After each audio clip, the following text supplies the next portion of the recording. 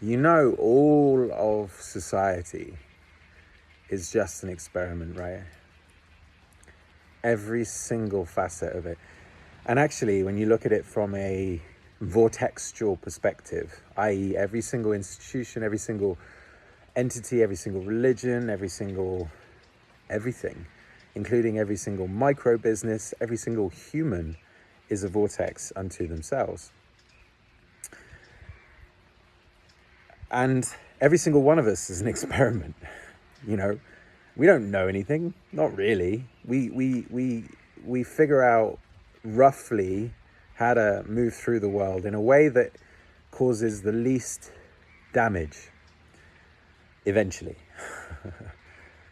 But we tend to have to cause quite a lot of damage first. And the same goes for anything that's an amplified version of that. So if somebody founds a business that scales and ends up employing hundreds or thousands or tens or hundreds of thousands of people, that's an experiment. The culture of that institution is an experiment. What's the outcome? Well, generally it's profit. Generally it's power, influence, control, market share, ownership.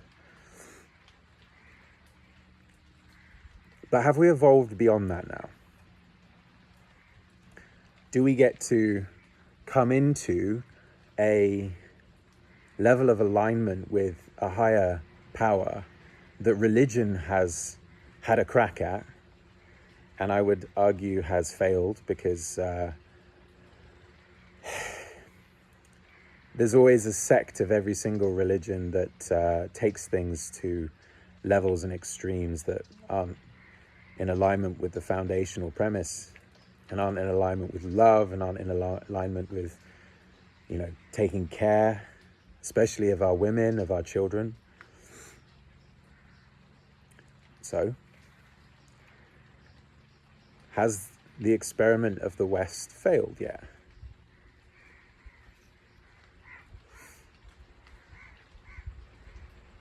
It's just a question. I think an amalgamation of a lot of what the West and the experiment of capitalism and so on has taught us is great. It's taught us a lot of discipline. It's taught us a lot of stepping into the unknown and kind of going after a vision, regardless of what the outside world is telling us. You know, there's a lot of very powerful, very wealthy people in the world who have created what they've created because they have gone against the grain of what their family has experienced up till that point, of what their immediate environment, perhaps their community and so on, has experienced up until that moment. But is our target off? Are we pointing at the wrong things? Are we going for what we have been trained to go for and found ourselves kind of floating in the wind, floating in the ocean of potential and possibility, but really without the right kind of compass? And you see it a lot. You know, there's a lot of people who go through phases of being quite lost, or perhaps experimenting with spiritual stuff and then gravitating towards religion, because at their foundations, all religions have pretty great premises. I've talked about this in other videos. There's a level of coherence with the foundation of every religion. And I talk about these three things: relationship with... Sorry, I just witnessed the kind of mass migration of crows. Very fascinating. A relationship with self, a relationship with other, and a relationship with something beyond the self, the identity. And if we align with those premises again, and create foundations in our micro societies, our communities, and then allowing those to expand to whoever they touch and whoever resonates with them, again, I can't see how we can go too wrong. But that doesn't necessarily mean that you just put up these kind of premises and go, right, everyone needs to do this, which is what religions are these days. There's very little ritual or rite of passage left in religions, especially I grew up in the UK, and so people go to a church on a Sunday and they might read the Bible occasionally, but that's pretty rare. And maybe they call themselves Christian, but the true values of Christianity have been completely lost. And actually the essence of Christianity is, well, Jesus didn't walk this planet with the hope that he would be followed, with the hope that he would be deified. He walked it and said, look, this is what's possible. Muhammad, same thing. Look, this is what's possible. I'm sure if they came back into human form at this time, they'd be pretty shocked to see that people had deified them and made them into celebrities, which is what this culture is so good at. Oh my God, worship this being outside of me. No, don't do that. Watch them, observe them, see how they move, see how they be, and realize that they're a human and you get to do the same. As is said in the Bible, men will come, or people will come after me and do far greater things than I. We all have that power within us. So, what's the experiment that you're taking part in? Are you consciously experimenting with self?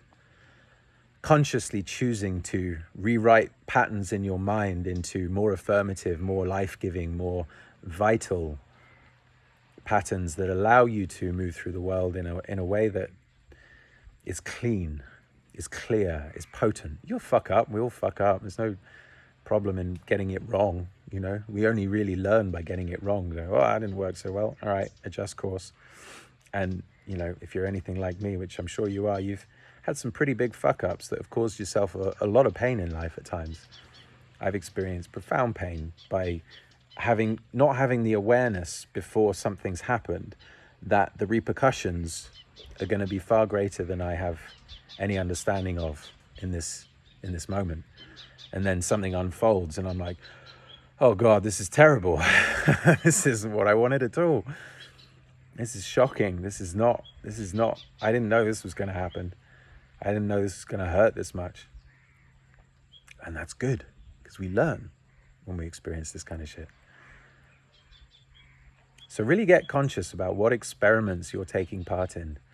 Is the business that you work for, or the business that you own and that you're leading, is this an experiment that is really worth you and others investing their lives into?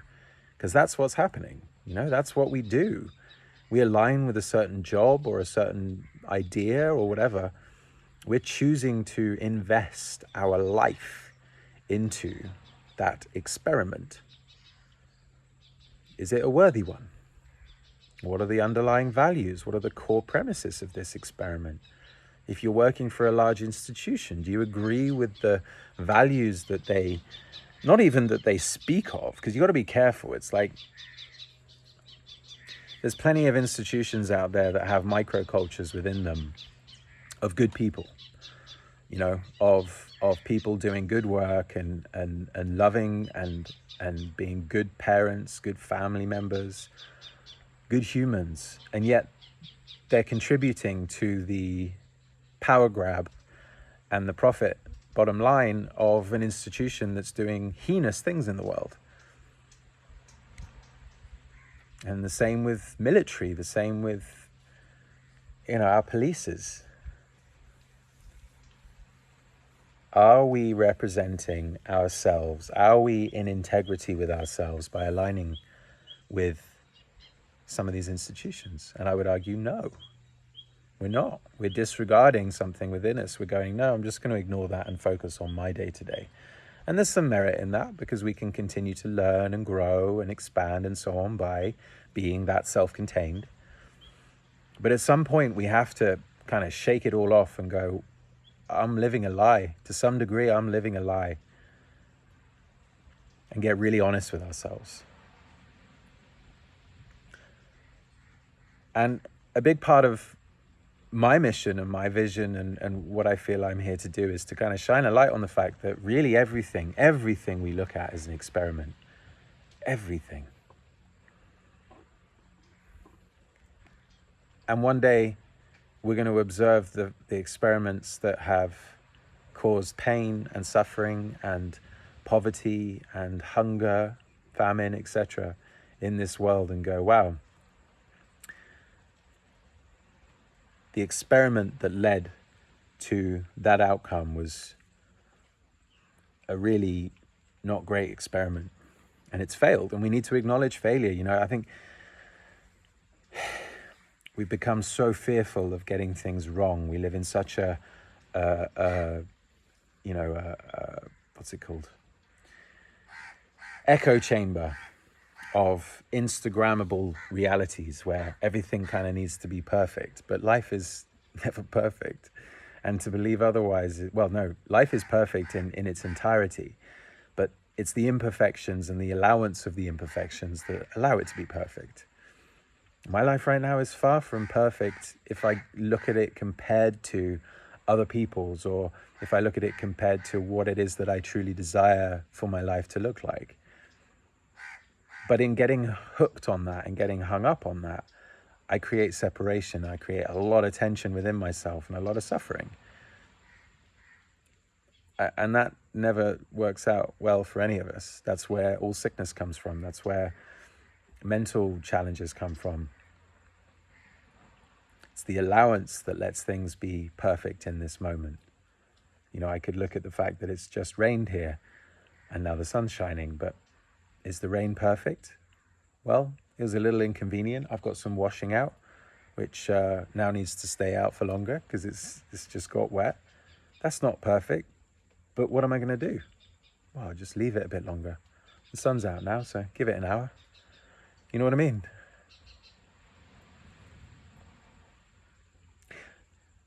I've got a kind of running title for something that I'm creating, the show, which is all based around this idea of everything being an experiment.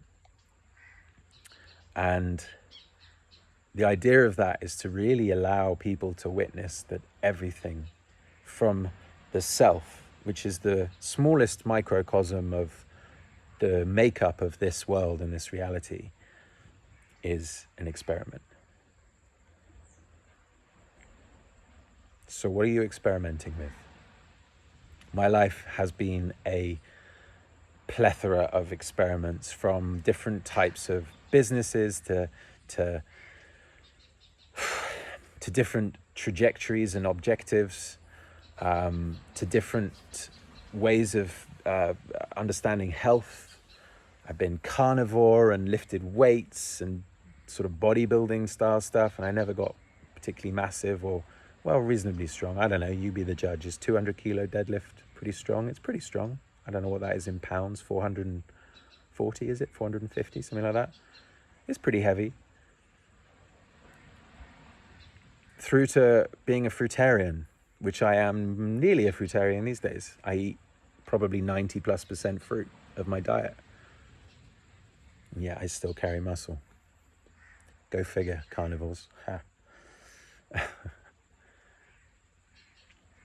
And so I think I'm pretty well qualified to speak to the fact that, you know, really everything's an experiment. And the way that we get to experiment individually is to assess, become familiar with and assess what gives me life, what lets me feel great. And not just like powerful. I think a lot of the carnivore stuff is about, it makes me feel powerful and, you know, I need this.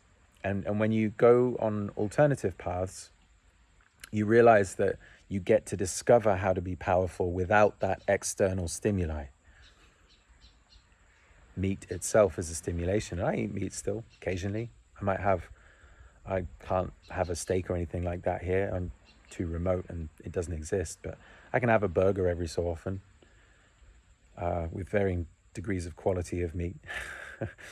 But it's rare, you know, maybe once every couple of weeks at the moment, something like that. And that's my experiment. I feel better when I eat lighter. I feel clearer. I feel more at peace. I feel more free in my expression and able to just exist in life and let life be, which is what fruitarianism and what fasting, which I did a lot of when I was strict fruitarian for about 2.5 years, that's what that teaches. It's where there's so much more to discover within ourselves. There's infinite power when we remove the power from something else. If we say, oh, this is what gives me the power that I need, and we're pointing outside of us, this, something, whether it's a steak, or whether it's a relationship, or whether it's finances, whether it's money. Fasting and fruitarian lifestyle is a path that teaches us there's so much power available within ourselves when we choose to remove it from these external factors and give it to ourselves. And it's not easy. My God, I had times when I got super skinny. When I was weightlifting a lot and I was eating a lot of meat, I was about 115 kilos, 114 kilos. And after about 8 months of fruitarian lifestyle and not doing very much exercise except for walking at all, that was quite a shift. My lightest, I was 78 kilos. So that's what, 37 kilo shift. It's mad. I don't know what I weigh these days. I haven't stepped on a scale in a year probably, but probably 105 kilos, something like that. And you better believe when I was that skinny and that lean, I had some major challenges with experiencing power. I lost it. I didn't know how to access strength, inner strength, but it forced me to up level, and it forced me to tap into something beyond my physicality as a source of power. And I didn't have anything outside of me to be able to lean on. I didn't have a lot of money. I didn't have a lot of